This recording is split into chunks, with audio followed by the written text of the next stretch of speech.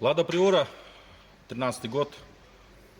Добавляем мощность, делаем резвее, сразу Евро 2, ошибочка на катализатор и снижаем вентилятор по акции.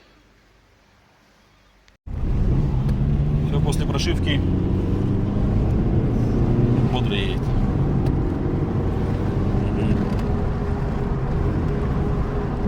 Четвертая тянет. Да, четвертый даже. Захватывает. Хорошая прошивка и вентилятор на 96.